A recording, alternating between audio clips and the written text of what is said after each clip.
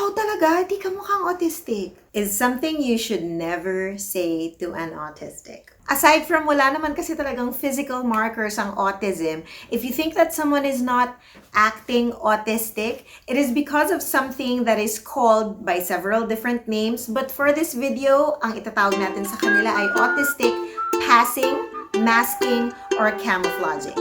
Kaya tara, usap tayo. Let's get talking. Hi! If you're new here, I'm Teacher Kaye and I'm a certified speech-language pathologist. Tulad ng nasabi ko, our topic today goes by many names. Pero kapag na-define ko na for you and napaliwanag ko na, I'm sure maiintindihan nyo kung bakit yun ang tawag sa kanila. For many different reasons, some autistics feel the need to hide their autisticness or the traits and attributes that make them autistic. These include suppressing their stims or their repetitive behaviors or fighting the urge to keep doing their special interests or yung mga bagay na kinahihiligan nila in front of people na hindi sila masyadong komportable with. This can also mean putting up an image that others can see para lang maging mas socially acceptable sila. And that is why some people call it passing, and it's because they try to pass themselves off as appearing neurotypical or normal. Others call it camouflaging, so doing the same things that other people are doing para makafit in sila. And some others also call it masking, and that is actually hiding behind a mask, putting on something else but is not truly yourself. I'm going to remind you of the diagnostic statistics of autism in boys and girls. Sa ngayon nakikita nila na for every 4 boys na nadadiagnose, may isang girl na nadadiagnose with autism.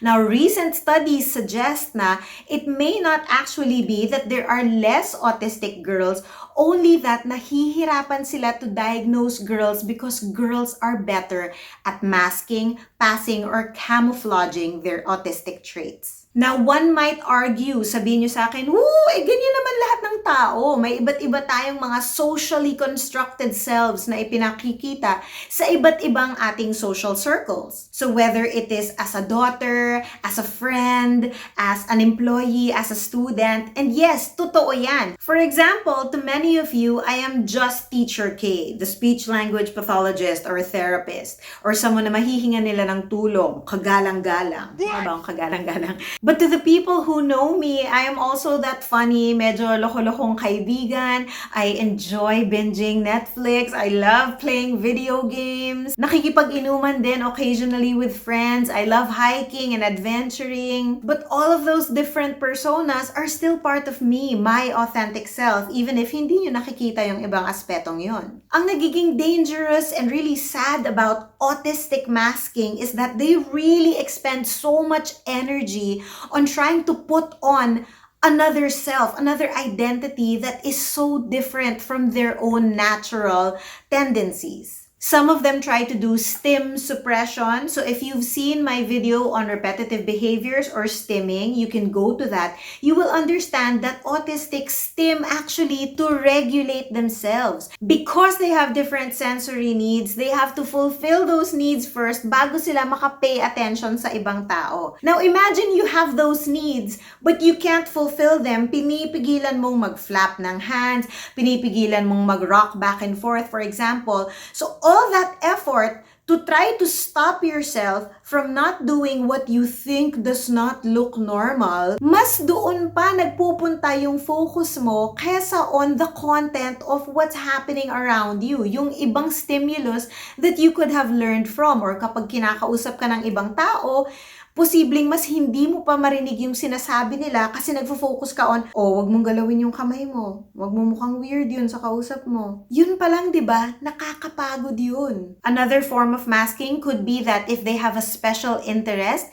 is when they try not to show that they have a special interest para they don't go on and on about it tas hindi nila napapansin na hindi na interesado yung kausap nila. So in total, i-avoid na lang nila talking about their special interest at all. And diba when you like something, you want to share what you know about it. But see, if you're constantly trying to suppress all those feelings, that can really be damaging to your own self-worth. Now, not all of masking is about suppression. Some of it is about putting on a show. So, a lot of them get very good at kokopyahin nila yung mga body language ng ibang tao, even if it's not natural to them, because yun yung nakikita nilang, ganun pala sila mag-enjoy ng music. Pag nag-enjoy sila ng music, nagsisway sila side to side. So, yung ibang mga autistic, gagayahin nila yun, magsisway sila side to side, even if, let's say, yung natural tendency nila to enjoy music is probably to, shake or do something with their hands. So one example of putting on a show is you can talk to them pero hindi sila masyadong ma-facial expression.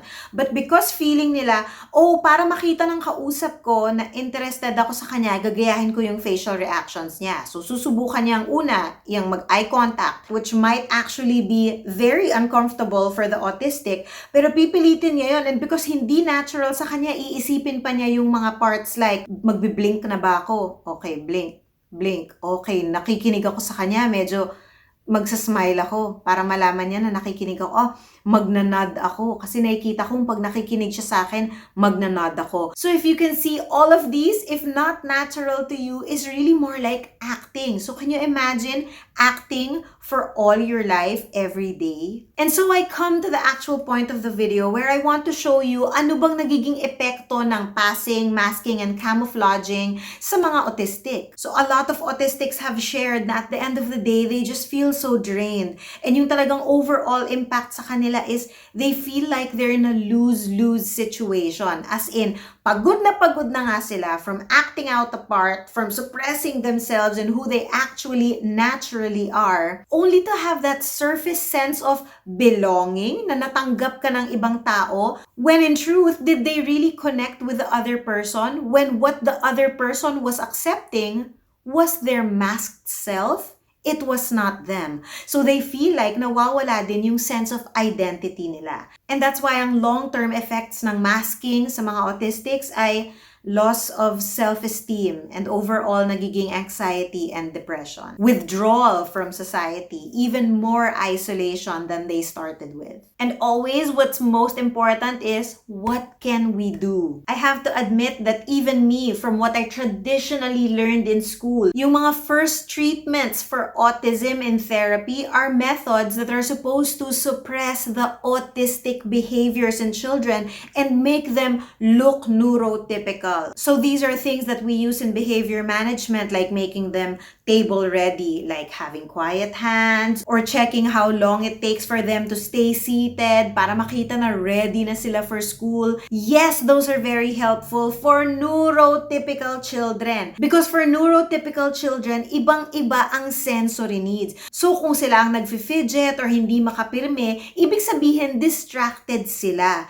But for children with sensory needs like autistics, when they actually fidget, it helps regulate them, which makes it easier for them to pay attention. So what is most important is that we remember na lahat ng bata ay iba-iba. So don't just do quiet hands, quiet body, talking mouth, for all your children, because remember, autistics have different needs. So this is actually more for therapists or parents and families with autistics in their family. For the autistics out there, have courage. Let yourself stim as much as you want to, because the more that you stim loud and stim everywhere, mas magiging normalized ito sa society that still doesn't know much about it. And that helps people become more aware, and hopefully that awareness turns into acceptance, which is always naman one of our goals for this world. And for everyone else who does not work with autistics, does not know anyone autistic, is not autistic,